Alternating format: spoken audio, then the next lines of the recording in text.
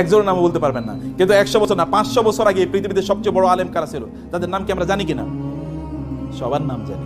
ইমাম আবু হানিফা নাম জানি, ইমাম শাফির নাম জানি, ইমাম মালিকের নাম জানি, ইমাম আহমদ বিন হাম্বল, ইমাম বুখারী, এদের প্রত্যেকের নাম জানি। এরা কিন্তু আবার ব্যবসায়ী ছিল। অতএব দেখেন তারা যে কথা, ইমাম আবু হানিফা তো ওই যুগের সবচেয়ে বড় ব্যবসায়ী।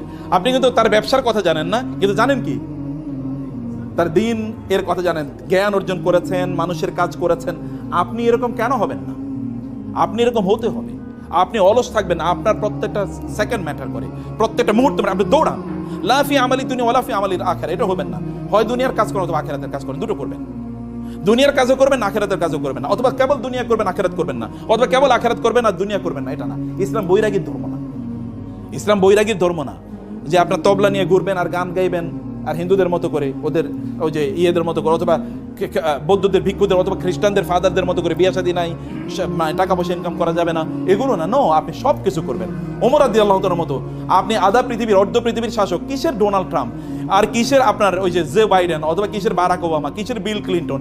ওইরকম 1 কোটি বিল ক্লিন্টন আনলে একটা ওমরের পায়ের কাছেও কি একটা নখের সমান না, এত ক্ষমতা ওমর রাদিয়াল্লাহু তাআলা আনহু, এত পাওয়ারফুল, আধা পৃথিবী শাসন করেন। তো তারপর রাতের বেলা কি নামাজে তাহাজ্জুদের মধ্যে দাঁড়ায় কাঁদেন, আল্লাহ তুমি কি আমাকে ক্ষমা করে দিয়েছো নাকি ক্ষমা করো নাই? এবং বলেন, আল্লাহ ফোরাত নদীর তীরে যদি কোনো কুকুর না খেয়ে মারা যায় তাহলে তো আমাকে তুমি জিজ্ঞেস করবা। এবং এই কারণে লোকদেরকে বলেন, খবরদার কোনো কুকুরের যেন না খেয়ে না থাকে, কোনো কুকুরের খাবারের জন্য এরকম না হয় তাকে প্রোভাইড করা হবে, তা অবশ্য প্রোভাইড করতে হবে, তা নিশ্চিত করতে হবে। রাস্তা মসৃণ করতে হবে, সে ফোরাত নদীর তীর অর্থাৎ ইরাকে 1000 মাইল দূরে, সেখানে রাস্তা যেন মসৃণ হয়। আপনাকে এরকম মানুষে পরিণত হবে। যুদ্ধ করবেন কি দিয়ে? আপনি টাকা দিয়ে তো যুদ্ধ করতে হবে। আপনি ধরেন ইসলাম প্রচার করবেন, এখন আপনি ইসলাম প্রচার করার জন্য আপনি একটা মাহফিল করবেন, টাকা লাগবে না? এবার ভিক্ষা করবেন।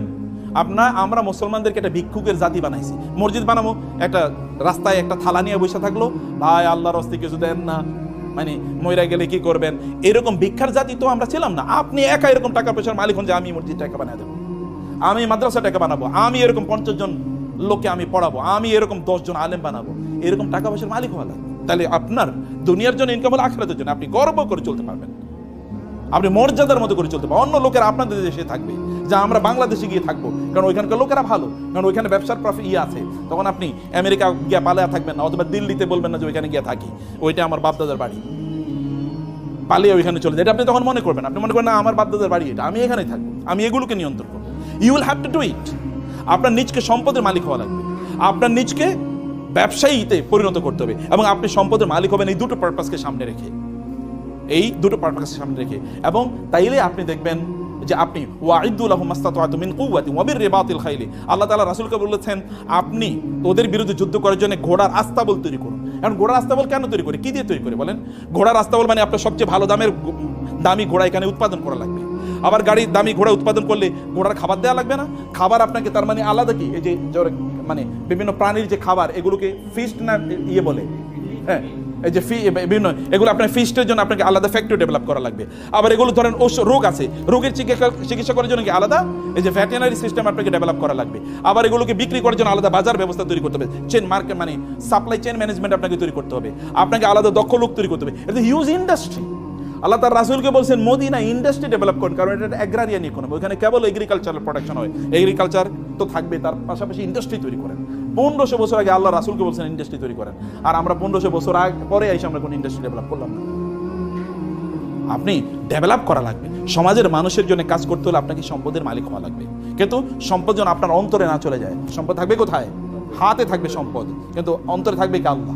আল্লাহ থাকবেন অন্তরে, হাতে থাকবে সম্পদ, এর মাধ্যমে গোটা পৃথিবীর মালিক আমরাই হয়ে যাব। আমাদের পূর্বপুরুষরা প্রায় 1200 বছর একচ্ছত্রভাবে গোটা পৃথিবী চালাইছে।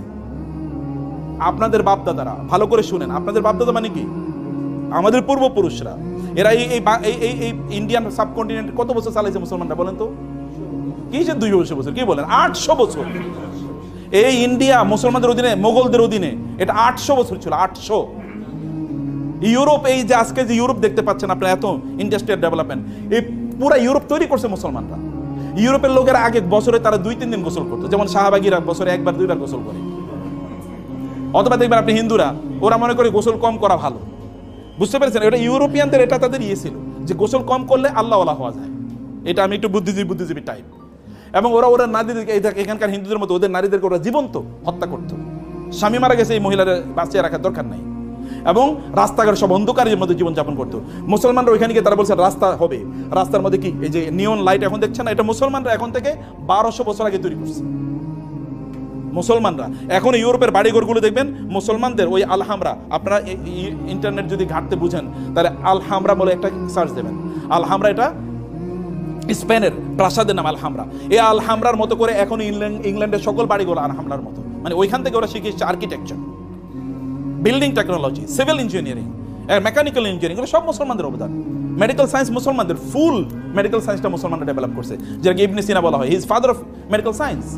এবং এই যে ওষুধ বানানোর ফুল পদ্ধতিটা মুসলমানদের আবিষ্কার, কেমিস্ট্রি পুরোটা মুসলমানদের আবিষ্কার, ফিজিক্স পুরোটা মুসলমানদের, নিউটন এটা তো মুসলমানদের সূত্র চুরি করে জাবের ইবনে আল হাইসামের সূত্র 4.5 বছর আগে, 450 বছর আগে জাবের ইবনে হাইয়ান এই সূত্র দিয়েছে, ওই সূত্র চুরি করে তারপরে নিউটনের সূত্র বানাইছে। এখন এই কথা তো আমরা বলতে পারি না, কারণ আমরা তো এখন কি, এখন হচ্ছে আমরা দুর্বল। আমরা এই কথা বললে মানুষ বলে এটা পাগল। আমাদের সন্তানরাই তো বিশ্বাস করবে না, আমাদের সন্তানরাই বিশ্বাস করবে না। অথচ পৃথিবীর এখনো মুসলমানদের হাতে প্রায় 70,000 এরকম বিজ্ঞানের বই আছে, যেগুলো যদি এখন অনুবাদ করা যেত তাহলে গোটা পৃথিবী ম্যাচমারেজ হয়ে যেত। কিন্তু কে করবে? এখন তো মুসলমানরা কেবল খায় দায় ফুর্তি করো। আপনার টাকা হলে আপনি ইউরোপে গিয়ে একটা ট্যুর দিয়ে আসবেন, যে ওইখানে যাই, তাই না?